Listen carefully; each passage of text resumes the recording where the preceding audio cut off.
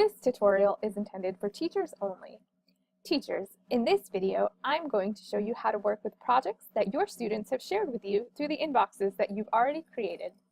To learn how to create an inbox, please watch the Creating Teacher Inboxes tutorial. When you log into your Noodle Tools account through either Gmail or Google Drive, you will be taken to your My Projects tab. If you're currently working on a bibliography for yourself or a sample for your students, you would see that here. However, we're going to focus on this Inbox tab. Projects that have been shared with you are grouped together under Inboxes and sorted by the date of last revision. In other words, the most recently edited projects will appear first. To view these projects, click the Inbox title. A new tab will open up, and all of the projects that have been shared to the inbox will be listed here. As you can see, I only have one shared project. It was shared by the LMC, last modified on the 19th of January, and created on the 26th of September. It contains 5 note cards, 5 sources, and is an MLA format. If this were a history project, it would be formatted in Chicago, and if it were a psychology project, it would be in APA. In the status column, you will see one of 3 options. New, which means that you have not yet viewed the project.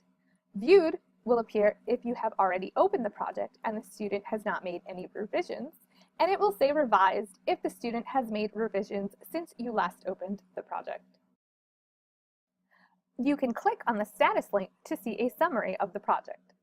It will remind you of when you last added comments, when the project was originally shared, and it will even give you a 30-day history of the work done by the student. You can scroll through and examine the date and timestamps and other project activity. This is another great way to monitor student work. If you want to see more of the actual work that the student has produced, go back to the overview page and click the student's project title. You're now in that student's project dashboard. You can see if the student has added a research question or a thesis statement, and then some history on the project's creation and its revisions. Scroll down to view the sharing and collaboration box. This will be a valuable resource for students working in groups because they can collaborate within Noodle Tools by adding sources and note cards. They can even comment on one another's sources and note cards, and you as the teacher can view all of this. If you want to see the actual sources, click on this tab. On this screen, you can examine the different sources your students have contributed and where they came from, such as a database or a pre-formatted citation. This column over here shows you how many note cards are attached to a specific source. You can view these note cards by clicking Show and reviewing what the student has contributed.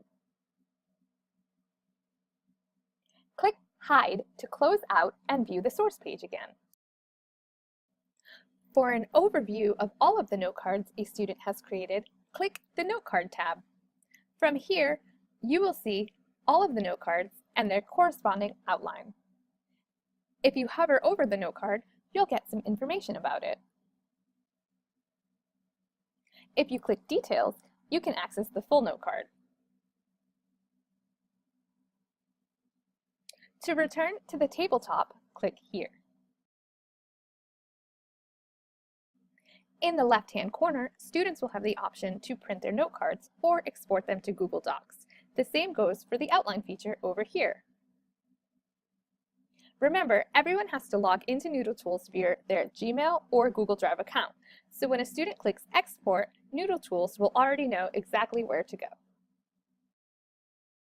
That's it for now. Stay tuned to learn about commenting on a student's work.